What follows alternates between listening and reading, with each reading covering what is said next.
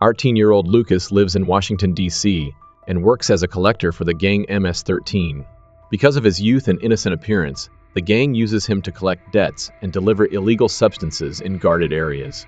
In an opening monologue, Lucas explains the gang's operations and structure.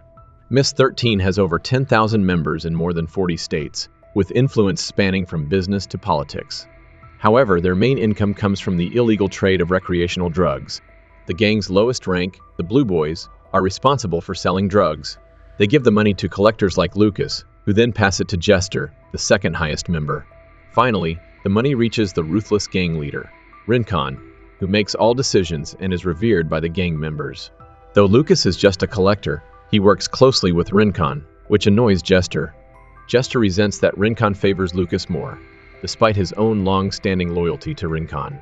One afternoon, Lucas collects money from the Blue Boys and brings it to Rincon. He witnesses some gangsters beating a man to death for refusing to pay his debt. Such violence is a common sight for Lucas. We are then introduced to Daniel, a mute Afghanistan war veteran. Lucas's customers range from street junkies to high-profile individuals, but Daniel stands out.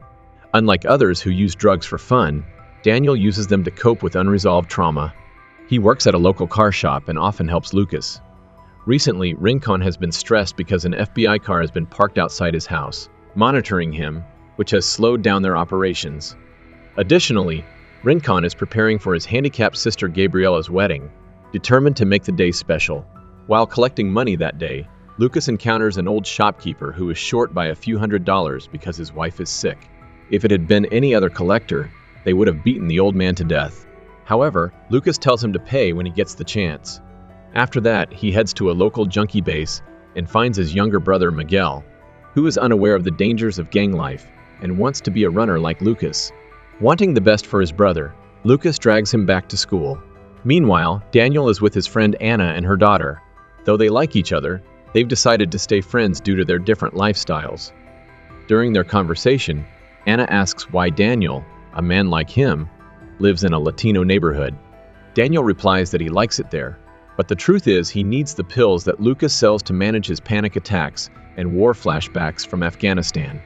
The next day, Rincon welcomes his soon-to-be brother-in-law, Thomas, and his family for the wedding ceremony. Everyone in the house is busy with preparations, leaving Rincon to entertain the in-laws on his own. Struggling with social interactions, Rincon is relieved when Lucas arrives with the money. Counting the money, Rincon feels grateful to have someone as reliable as Lucas working for him. Taking the opportunity, Lucas asks Rincon to keep his little brother out of the gang business. Rincon agrees and gives Lucas a suit to wear at the wedding, which is in a few hours. But before that, Rincon assigns Lucas a special task to deliver 2 packs of illegal goods to a receiver from a rival gang.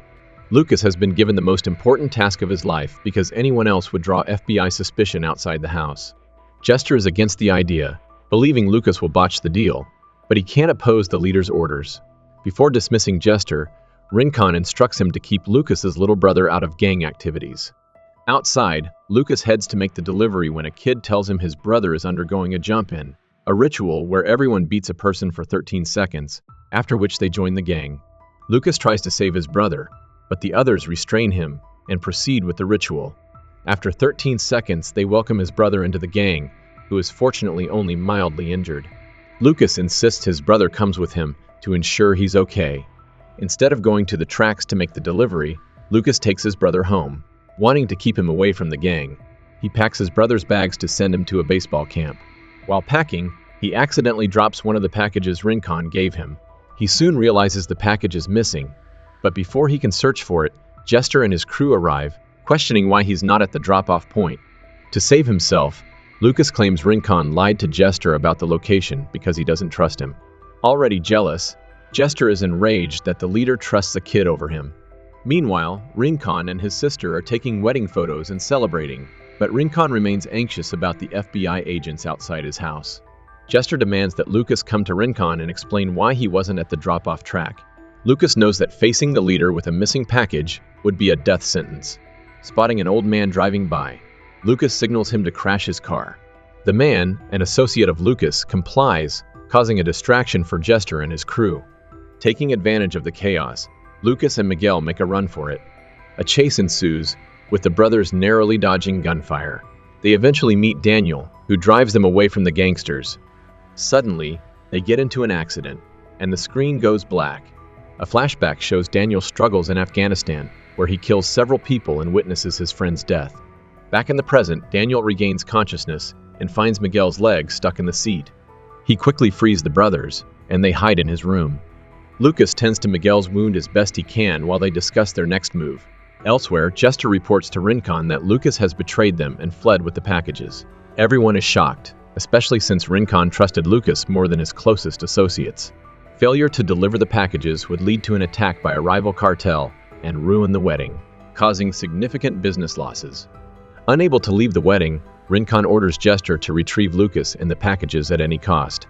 Meanwhile, Lucas knows his only chance of survival is to return both packages to Rincon. As he goes through the bags, he realizes the second package is missing as well. Realizing he must have dropped it in the car, he rushes back to the crash site. Meanwhile, back at the house, a man named Spider crashes the wedding. Spider is the rival dealer who was supposed to receive the packages. Rincon doesn't want someone like him at a family event, but asks him to wait. Lucas reaches the burning car and discovers the second package inside. Upon closer inspection, he finds it full of cash, which is also in flames. It's clear he won't survive this, but his only concern is his brother's well-being. He rushes back to Daniel and thanks him. Daniel wants to drive them out of the city, but Lucas insists they no longer need his help. The brothers then hurry to their apartment to retrieve the first package. Lucas plans to flee the city with the money. They wait outside their apartment for most of the day because Rincon's men are swarming the area.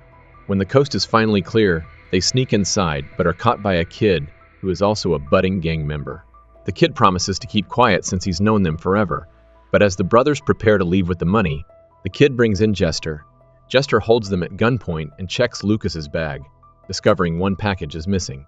Lucas explains that the package is burned to ashes, which only fuels Jester's anger. Hours later, Daniel returns to work to find gangsters have assaulted the shop owner. An enraged Anna blames him for the old man's condition. It turns out Jester and the gangsters were searching for the second package, which is why the shop owner was beaten. Upon discovering the kids have been caught, Daniel decides to risk his life to rescue them. Despite Anna's attempts to dissuade him, he remains resolute. Meanwhile, Rincon's sister gets married, and the newlyweds share a kiss. Jester brings Lucas and Miguel to the house, keeping them there until Rincon finishes the ceremony.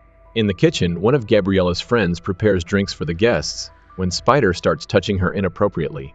Rincon walks in, sees Spider assaulting his friend, and, in a rage, beats Spider to death, asking the girl to clean up the blood.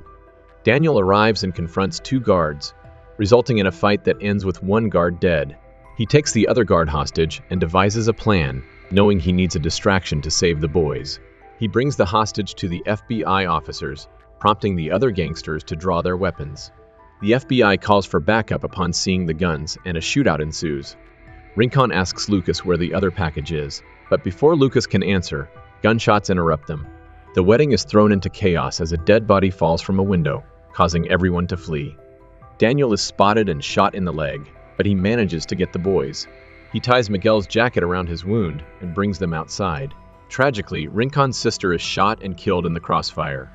Daniel, Lucas, and Miguel are now on a railway track nearby.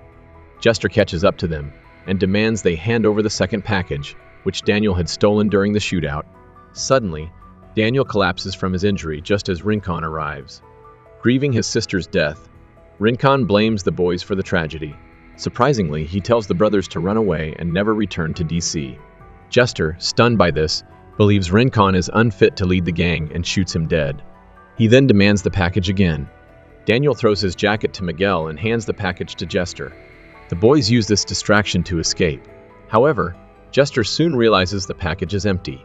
Just as he is about to kill Daniel, the gangster kid who previously ratted them out shoots Jester. In the final scene, the brothers are on a train heading to a new city. Miguel finds a bundle of money in his pocket, enough to start a better life together.